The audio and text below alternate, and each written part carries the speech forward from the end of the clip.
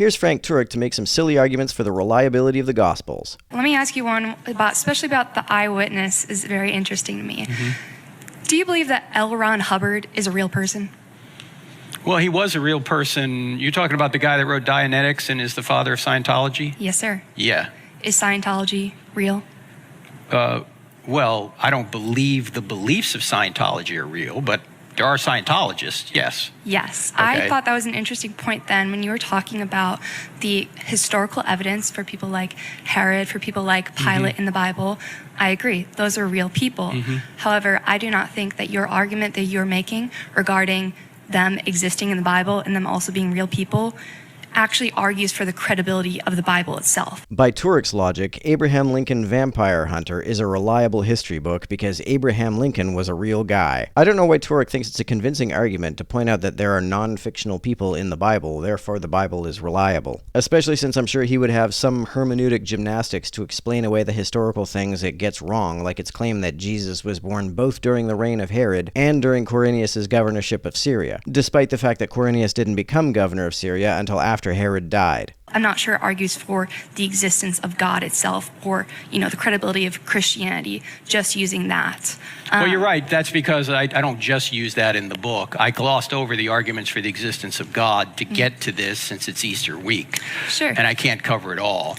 But if we had more time, I could talk about the fine-tuning of the universe and the necessary for intelligence to create the first life and new life forms. I don't know which specific arguments Turek uses for the necessity of intelligence for life, but a common one is that life doesn't start until you have a cell with a certain level of complexity that is mathematically improbable to reach by chance. The main problem with this argument is that life begins before the first cell is produced, and the Darwinian process can begin with much simpler self-replicating nucleotide chains than creationists would like you to believe. The moral argument for God and the argument from laws of logic and consciousness and laws of mathematics. The moral argument assumes that there must be objective morality and that only a God could explain the existence of such a morality. Both of these claims are false. I wouldn't believe in objective morality even if there were a God, because there would be no objective, non-circular reason why we ought to do what God says. The laws of logic are just descriptions of what kinds of statements we seem to be able to make sense of and what kinds of statements we don't seem to be able to make sense of. They are ultimately descriptions of how the brain functions. They aren't cosmic behests that reality obeys. Math was invented to help us organize our experiences. It doesn't exist as some cosmic woo-woo phenomenon either. Those transcendental arguments, if we had more time to get into the arguments for God. Yes, sir. I'm actually familiar with all of those. Okay. And still, I'm an atheist, actually,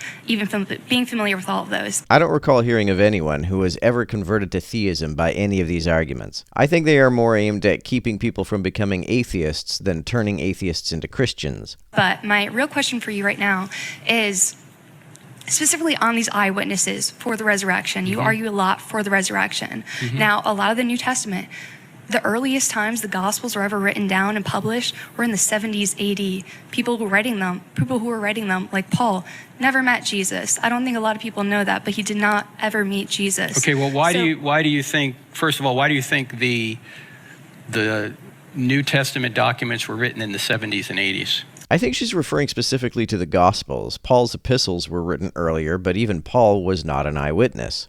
That is archaeological facts that they have corroborated multiple different accounts and multiple different scholars. What are the archaeological facts that say the New Testament documents were written in the 70s and the 80s? Those are dated. They're dated around the time literarily, linguistically. You can look it up. I was just reading before I came here, the scholar Bart Ehrman. He had a really great post about that. I encourage you to look at it. I encourage everyone to look at it because a lot of those new Gospels, that's the earliest they were written, was 70s AD. Latest was even up until the 120s AD is when they presented. Yeah, well, I don't think Bart Ehrman's correct about that. You don't have to take Bart Ehrman's word for it. It's a pretty widely held consensus that the earliest gospel was written around 70 CE because it describes a historical context that the author couldn't know about prior to the mid-60s at the earliest.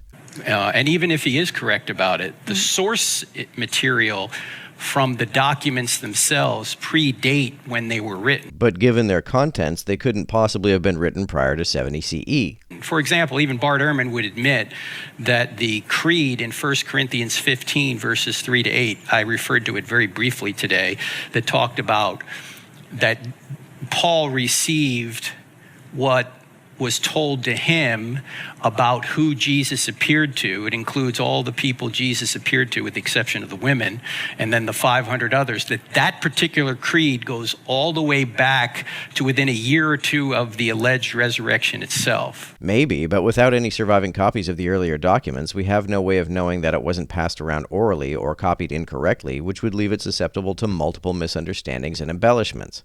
So the data is very old. Paul wrote 1 Corinthians in 55 AD. Even Bart Ehrman would agree with that. Do you have a source for that? Bart Ehrman. I'll go look it up afterwards for sure. Yeah, Paul's epistles were written earlier, but Paul is at best a second-hand source. Paul had to take the word of other people for everything he wrote about Jesus' life. And I'll check on it because that's not what I found personally. But I'm actually interested too in that case about those eyewitness accounts. Have you ever had a friend who's told you, a funny story, and they're saying, yeah, I swear this happened. I swear I saw it. But, you're not sure. You weren't there. You don't know. Sometimes people embellish a little bit. So I'm not seeing the necessary connection between me believing these eyewitness accounts. Sure, I suppose that there were definitely people, even if these New Testament authors weren't actually seeing the resurrection themselves, which they weren't, even if they were talking to people who were, I'm not sure I actually would believe that, or if I'd have any reason to believe them. Even if there were eyewitness accounts, on what planet would any rational person consider that even remotely convincing evidence that a resurrection occurred? So my question is to you, what is these actual eyewitnesses, what is their credibility? Like, why should I be compelled to believe them on only their word? Well, because they suffered greatly for saying what they saw. No, they didn't. There is no record anywhere that the disciples were martyred for the specific belief that Jesus rose from the dead. What would even be the point of martyring them for that reason? They were followers of a guy who rebelled against the Roman occupation of Judea. That would be a far more plausible motivation for executing them, regardless of whether they thought Jesus returned from the dead. And they were not predisposed to these beliefs. They held beliefs that were opposite this. They didn't think a man could claim to be God. That was blasphemy. In fact, that's what got Jesus killed. Jesus did not claim to be God, and that's not what got Jesus crucified. He was crucified because he claimed to be king of the Jews. And the Romans didn't like that because they reserved the right to say who the king of the Jews is, and it wasn't him. That's why they mocked him by putting a crown of thorns on his head and a placard above his cross that said, Jesus of Nazareth, King of the Jews. They didn't think one guy would rise from the dead in the middle of time. They thought everyone would rise from the dead at the end of time because that's what Daniel and Isaiah say. So they were not predisposed to believe this. They thought they were God's chosen people. Why would they invent a resurrection story that would get them kicked out of the synagogue and then beaten, tortured, and killed? Please cite a single record of that happening due to their belief in the resurrection.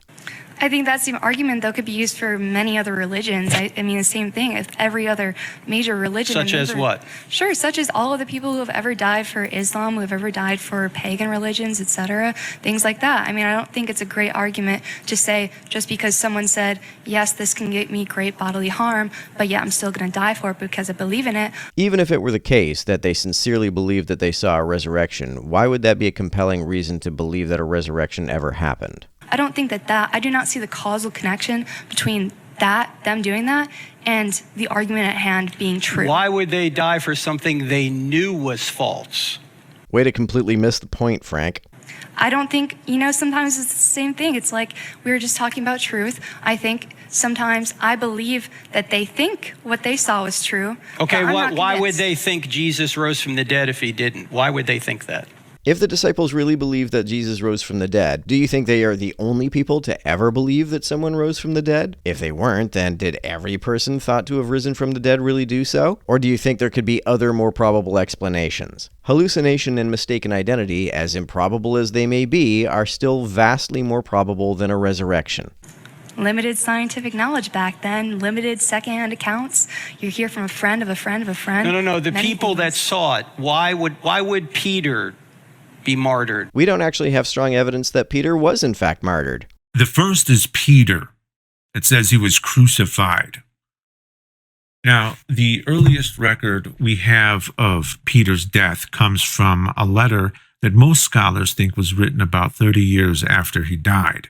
The letter calls him a martyr, but it doesn't mention where or how he died. The account of Peter being crucified upside down in Rome comes from the Acts of Peter, which is an apocryphal text written in the 2nd century. The Apocrypha are books that were rejected from being included in the Bible as canon. Why would Paul be martyred? Paul was executed by Nero, but there's no record of what the specific reason was. It was during a time when Nero was blaming Christians for a fire that broke out in Rome, so it very plausibly had something to do with that. Why would James be martyred?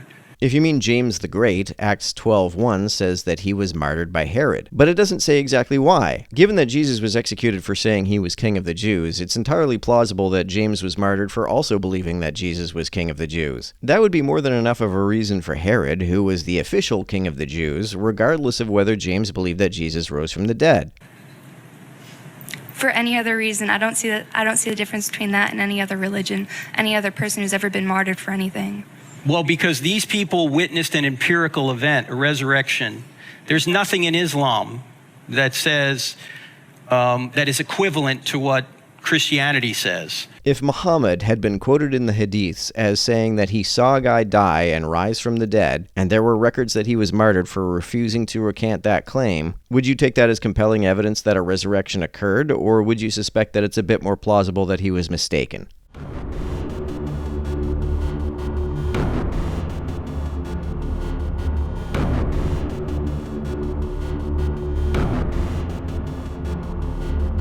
To everyone who helps me out on Patreon, you're a big help. Thanks so much.